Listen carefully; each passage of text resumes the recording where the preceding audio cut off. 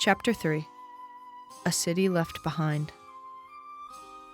Of all the runoffs and pollutants that came with human expansion, light, garbage, smells, and the horrid displacements of nature, noise had to be my least favorite. In my years away from the city, I had become accustomed to the silence of the mountainside. The most noise I was subject to were the twins running through the village or same old chopping wood across the river.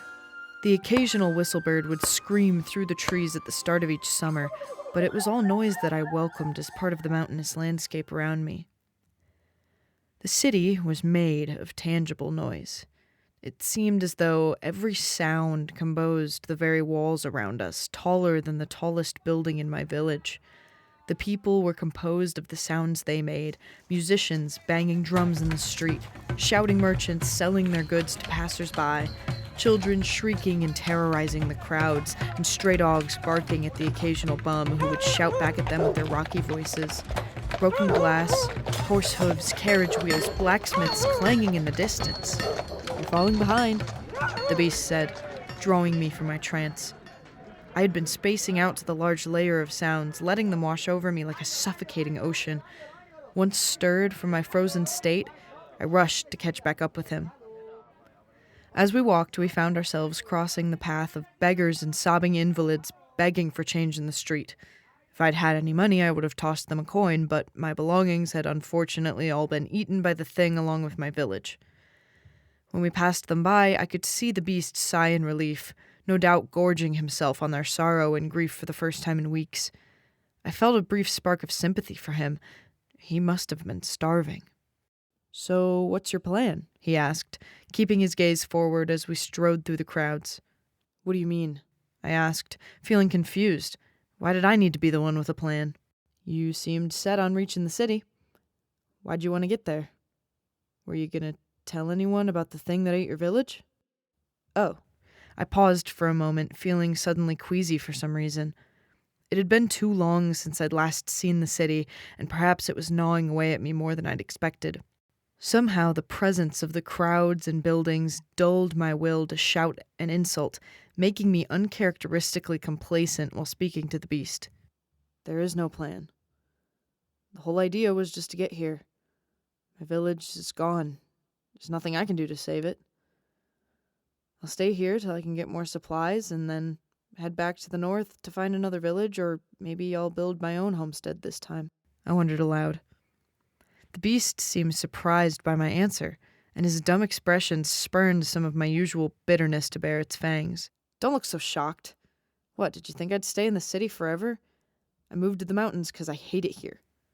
I realized that we were approaching the university, so I hurriedly changed direction. "Wait," he called, scrambling to catch up and grabbing my hand to not lose me in the crowd. I froze, unused to such touch. Wrenching my hand from his grip, I stepped away. "Thanks for accompanying me to the city," I said rigidly, trying to force politeness so he would have no choice but to accept my words. "But our travels together are over. You can have your people to feed from, and I can get my supplies before I leave. The thing is out of my head, and if it comes for me again, I'll deal with it myself." I reached into the bag at my waist, feeling the hot metal of the beast's blade warm my hand. I handed the hilt over to him, preferring to return his magical weapon rather than steal it from him. Despite knowing that it would protect me from the thing, I wished to be rid of the blade altogether. Perhaps knowing that it was responsible for my father's death made it feel evil to me, or perhaps magic was giving me the same deep unease it always had.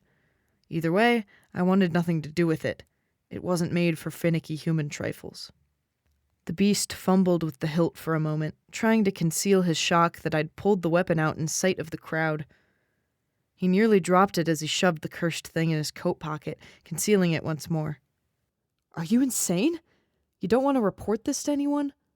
What about the other villages?" the beast urged. "You can if you want. I'm going to spend as little time as possible in this place." "Why? Why do you hate humanity so much? It's just the city most people would kill to live and work here." "Most people, not me," I sighed, turning away. He put a hand on my shoulder, using only a human amount of strength to keep me there. I could have shaken him off if I wanted to. I didn't. Just travel with me a bit longer, won't you? He asked softly. I was silent, the emptiness in our conversation urging him to continue. Come with me to the university to report the thing to the Archmage. And then let me buy you a room for the night, and maybe some food. I tried to interject, but he cut me off immediately. I know you don't have any money. You don't deserve to just sleep on the street and eat scraps. Please, he urged, and I slowly turned around. The very thought of stepping foot inside the university made me feel queasy, but he'd left me no choice. After a long silence, I heaved a sigh of defeat. Fine, I breathed, turning to the side to glare at him. It better be a damn good dinner. I had again been forced to speak too soon. Perhaps my agreement to travel to the university was not, in fact, a good idea. I felt like a rambling schizoid, constantly looking over my shoulder and shivering whenever a random blue or crimson-robed professor crossed our path. The beast must have thought I was a freak, since he kept turning to stare at me as we followed our guide through the halls. What's wrong? He whispered. You're acting strange. Shut up. I snapped back quietly. Why are you so nervous? Have you been here before? Before I could give him an answer, a certain red-cloaked man rounded the corner of the hallway, nearly missing me entirely but turning his gaze to both of us at the last moment. The both of us blinked at one another as recognition set in. I found myself shying away, preparing my legs to run. The professor's expression suddenly turned from shock to anger, putting a deep glower on his face which carved deep ridges in between his eyebrows. I want them gone, he said to our guide, his deep, booming voice filling the halls richly just as I'd remembered it. But, sir, they have a message for the Archmage, our guide said timidly, her young self hardly able to be firm with the professor's towering presence. The man marched over to us, blocking our path. He towered over my head just as I'd remembered, overbearing and terrifying after he had once been so kind to me. All the more reason to remove them. Anyone who travels with this one means trouble, he growled, jabbing a cragged, wrinkled finger in my direction. Hey, easy, the beast hissed, standing between the professor and myself. We do have a message for the Archmage, and a damn important one. Oh, I'm sure. The professor snapped back, his tone dripping with sarcasm. If your message is so important, you may give it to me on your way out. The professor grabbed the beast by the arm, his great strength letting him tow the ancient man away with ease. Professor, wait, I called, my voice terrible in his presence. It was difficult for me to muster up the courage to counter him, but I knew I needed to. I'd promised the beast that I would help inform the Archmage, and I was going to keep my word. The professor paused, his angered gaze settling on me once again. You have no right to come back here, he whispered, his tone turning gentler as he released the beast. You have no right. His repetition gave way to a deep, distant pain that was always present, merely shrouded behind the anger. Seeing this was worse. I'd much rather he just shout at me. A million apologies will never fix my mistakes. I know that. This is about something bigger, I said slowly, turning to look at the beast. He was clearly confused, but he was beginning to catch on. My stomach churned as I realized he would want an explanation later. I needed to find a way to ditch him before that. What is it? The professor asked, folding the arms of his robe into each other impatiently. I shared a gaze with the beast and gave him a short nod, silently telling him that he should be the one to talk. After straightening himself out, the beast regarded the professor with deep seriousness. There's a monster out there eating villages. And we do not know if or when it will eat another, Master. The professor's words had been deep and serious as he relayed our message to the Archmage. The Archmage was an inscrutable man, haloed by thin wisps of wizened gray hairs and the regal black robes of a learned magician. He had a short beard hugging his chin, which he stroked deeply as he considered the words delivered by the professor. Archmage, if I may. The beast started, stepping in between the professor and the great chair on which the Archmage sat. It isn't a matter of if.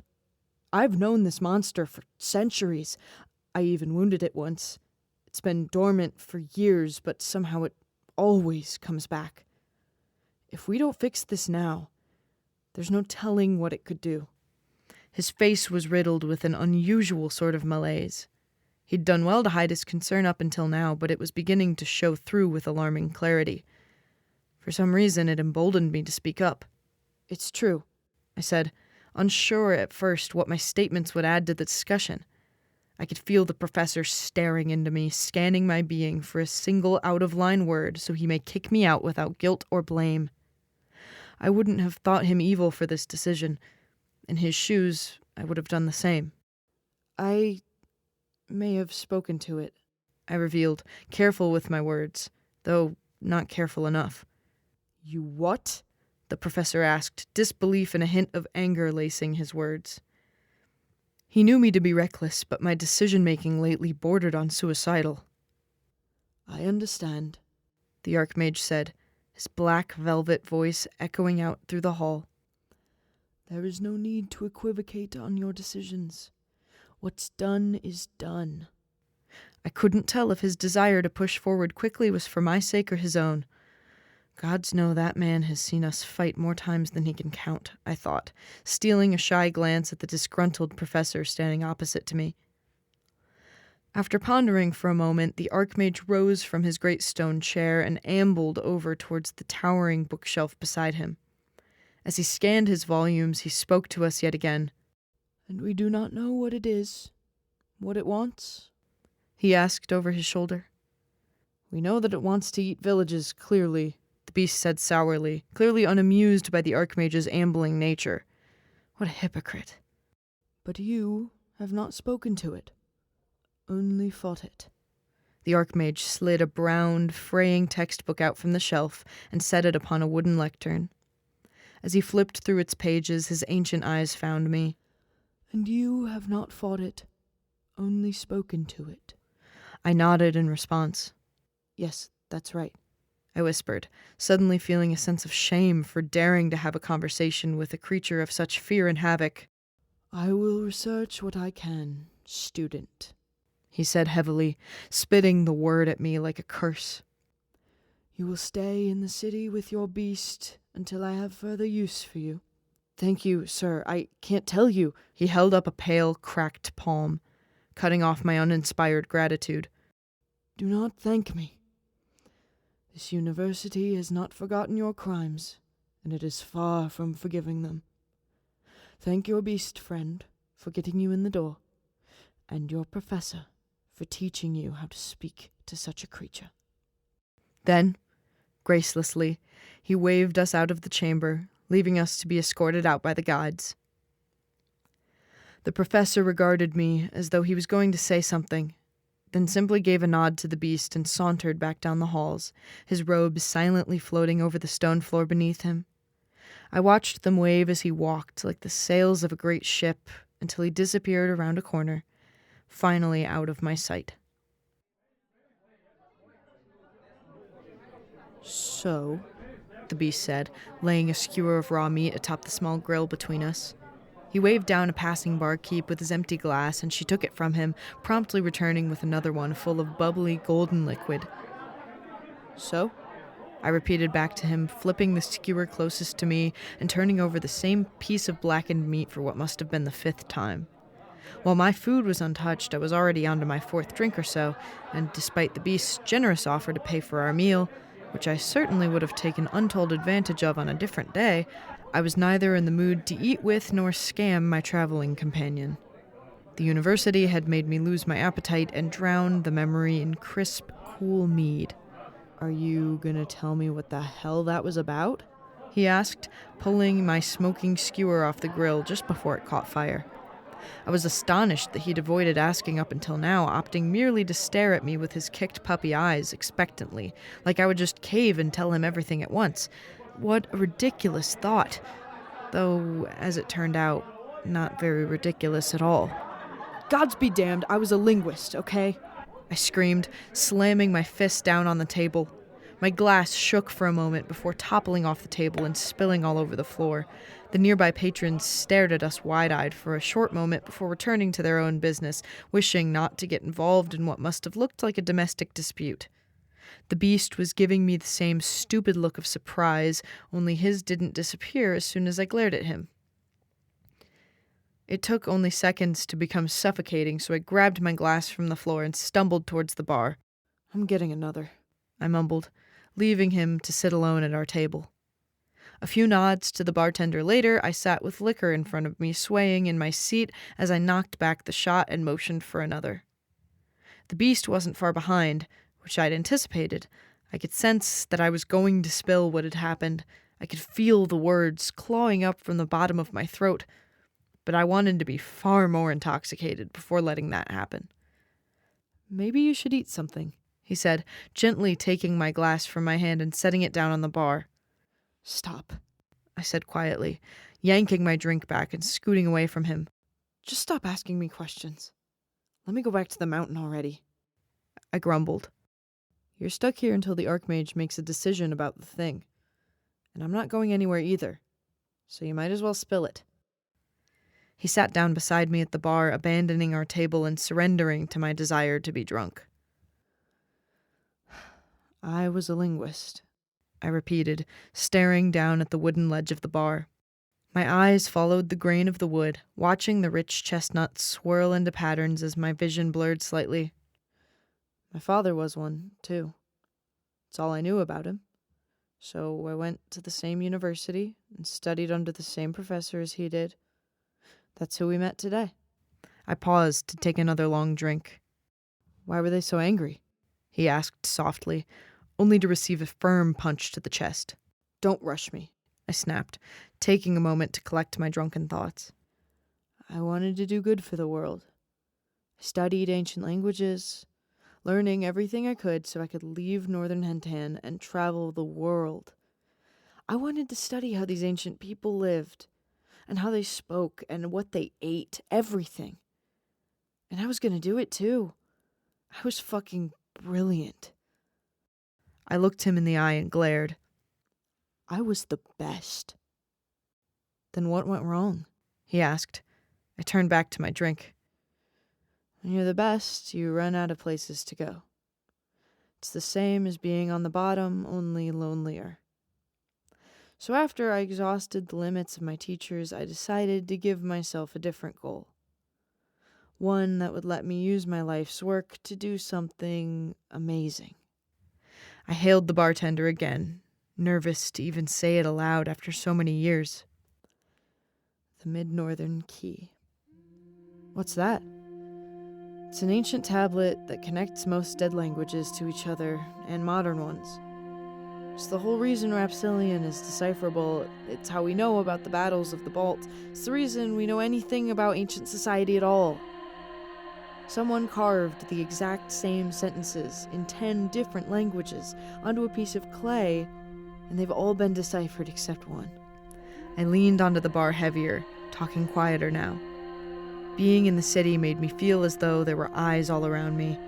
And, stupid as it sounds, the secrecy of my work from my youth had carried over. Even though I was found out years ago, I still felt the need to hide it. "So, how exactly does this lead to you getting in trouble?"